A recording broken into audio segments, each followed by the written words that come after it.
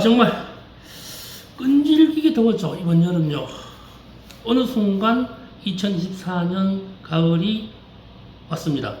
정말 여름 안 끝날 것 같았어요. 근데 이게 좀 이상합니다. 매년 겪는 계절의 변화인데도요, 사람이 적응이 잘 안 돼요. 올해 다르고 내년 다릅니다. 지금 벌써 아침 저녁으로 추워요. 에어컨 끈지 오래됐고요. 이게 말이지만 이게 정말 사람 사는 게 뭐 그렇고 그런 것 같습니다. 적응이 안 되죠. 적응 안 되는 것이 사람 사는 게 당연한 겁니다. 적응되면 안 되죠. 뭐 내일을 알 수가 없으니까, 내일을 안다는 건 석가도 모르고 뭐 예수님도 몰랐을 거 아닙니까? 뭐 모르니까 불안해하고, 모르니까 내일 아니겠습니까? 네, 안녕하세요. 미술시장의 새로운 패러다임을 구축해 나가고 미술만평 311회차 박정수 전국의 만평이님과 해외 동포 만평이님께 인사드립니다. 반갑습니다. 벌써 이게 저도 이게 300회 넘어갔네요. 대단히 많이 가는 것 같아요. 근데 오늘 이야기 왜 하려고 하는가 하면요, 요즘 미술계를 이렇게 보면요, 사람들이 너무 편리하게 사는 것 같아요. 뭐 장사 안 된다, 그림 안 팔린다, 말만 하지. 왜, 무엇 때문에, 앞으로 어떻게 해야 될지, 이러한 얘기는 거론에 향해서 사라지는 것 같아요. 근데 제가 오늘 말씀드리고 싶은 그 부분이에요. 긴장해야 삽니다. 정말 긴장해야 돼요.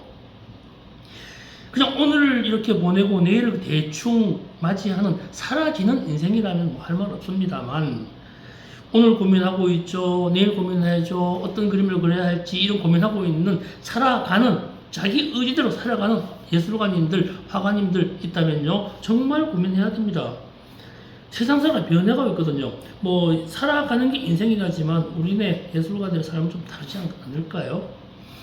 정말 오늘 제 주요한 부분은 그거예요. 오늘 시간 이후 몇 회에 걸쳐서 오늘 이야기를 하겠지만요, 정말 주목해야 될 부분은요, 미술 생태계의 변화입니다.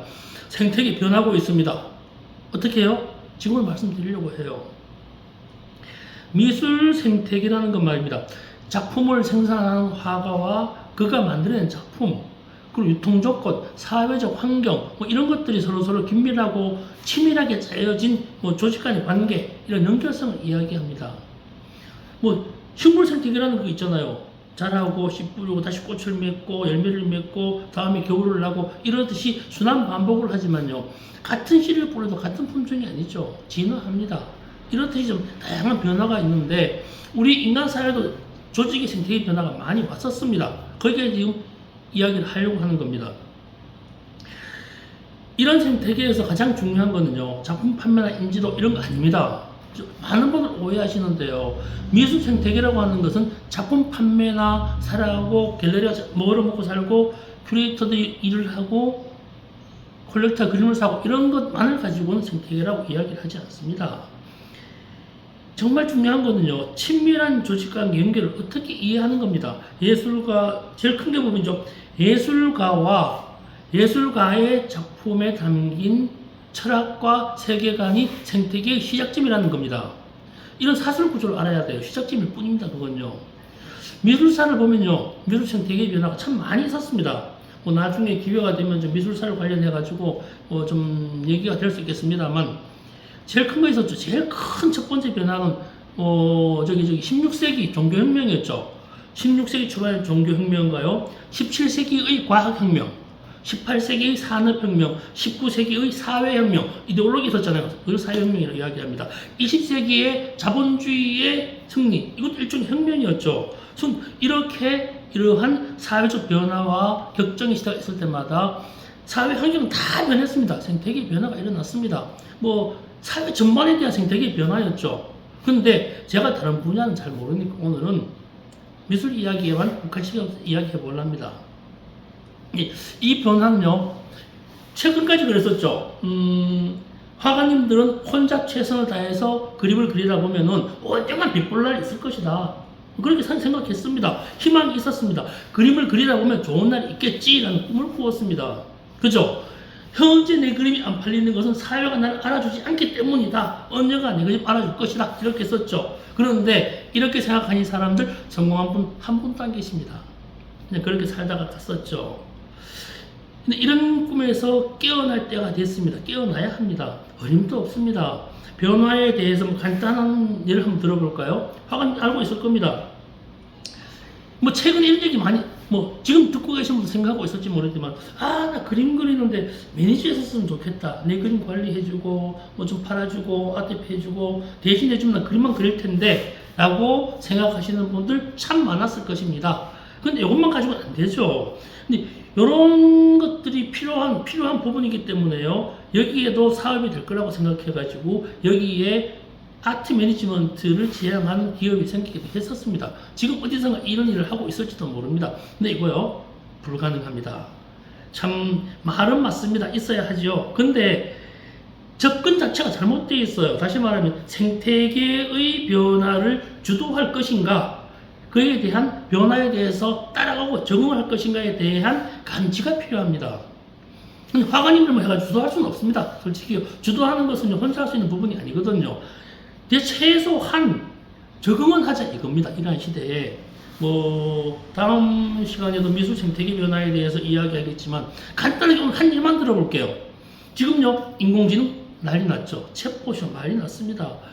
맨날 그림 그려봐요. 인공지능의 그림이 더 나아요. 더 잘 그려요. 무조건 더 나아요. 그냥 그리는 기술요 못 따라갑니다. 그러니까 간단하게 얘기해서요, 그냥 그리는 시대는 지났다 이겁니다.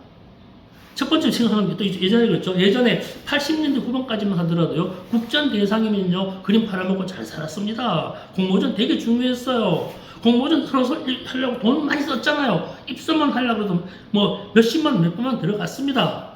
에휴, 그 시기 지났죠. 그 시기 지난 지 오래됐습니다.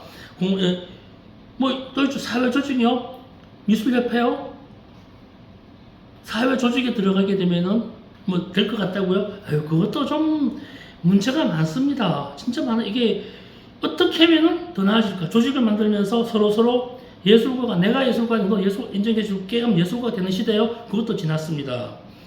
지금 현재는요 별 중요하지 않습니다. 지금까지는요 그랬죠. 지금 현재도 많은 분들이 함께 살죠. 있죠. 부마시하죠. 전시할 때 부마시합니다. 힘들어, 같이 힘들어, 더 이렇게 힘들어, 존나 힘들어 해가지고 올립니다. 위로가 되나요? 그건 뭐 그냥 하루 그냥 이렇게 부마시 있으니까 살아갈 수 있겠지만요, 서로의 입장을 이해하니까 사라지는 것은 될 것 같지만요, 이렇게 말하면 제가 이해를 하나 들어볼게요. 요즘 올림픽 해가지고 배드민턴 말 많죠. 거기에 배드민턴 회장이 나와서 그 얘기 하잖아요. 사회체육과 엘리트 체육은 다르다. 나는 국민들이 요구하는 사회체육의 중심이기 때문에 별 문제 없다. 이런 얘기를 하고 있죠. 가만히 생각해 보자고요. 엘리트 체육과 사회 체육의 구분에 대해서도 미술계도요, 사회 미술과 엘리트 미술 구분되어 있죠. 지금 현재 협회 회장 선거하면요 사회 미술 조직이 득세합니다. 그들이 회장 뽑아줍니다. 엘리트 미술은요 조직을 구축하지 않습니다. 그들은요 더 나은 것을 이해하려고 합니다. 근데 이 부분을요 구분이 모호하니까 현재 이런 상태가 된 것입니다. 생태계의 변화 첫 번 단계에 대해서는요, 사회미술과 엘리트 미술의 구분점이 명확해집니다. 앞으로는요. 생태계의 변화 첫 번째 조건입니다. 근데 이게 이 우성이나 열성이나 했을 때 우성이 자리 잡을 수밖에 없습니다. 열성은 그냥 존재합니다. 그러다가 시간이 지나게 되면 도태될 수밖에 없습니다. 현재 우리나라의 미술계 그려왔잖아요. 사회미술 하시는 분들 그냥 열심히 그리다가 30년, 40년 그리다가 허당 100만, 200만, 300만 말씀하시다 그냥 역사에 묻혀버렸습니다. 사회에 도태됩니다. 그건요. 그건 이제 이 사회미술입니다. 엘리트 미술에 대해서 이야기를 합니다. 오늘요 제가 말씀드리는 거는요 사회미술이 아니라 엘리트 미술 하는 분들을 대상으로 이야기합니다. 그럼 이런 질문 할 수 있겠죠. 지금 당장요.